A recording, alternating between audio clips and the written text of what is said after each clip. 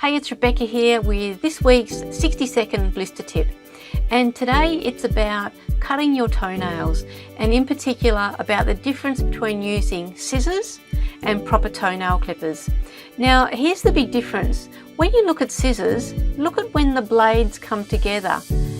Bit by bit, more and more of the blade cuts, yeah? So it's cutting more. Now, when you use nail clippers, the edges of the blades come together at the same time. So there's only a tiny little bit of clipping that you can do at any one time. So when you're cutting your nails with nail clippers, you just use the very tip of the clipper and it's clip, clip, clip, clip, clip, clip all the way around. If you try and do it all in one clip, your curved nail, you'll make it straight and it just won't be comfortable.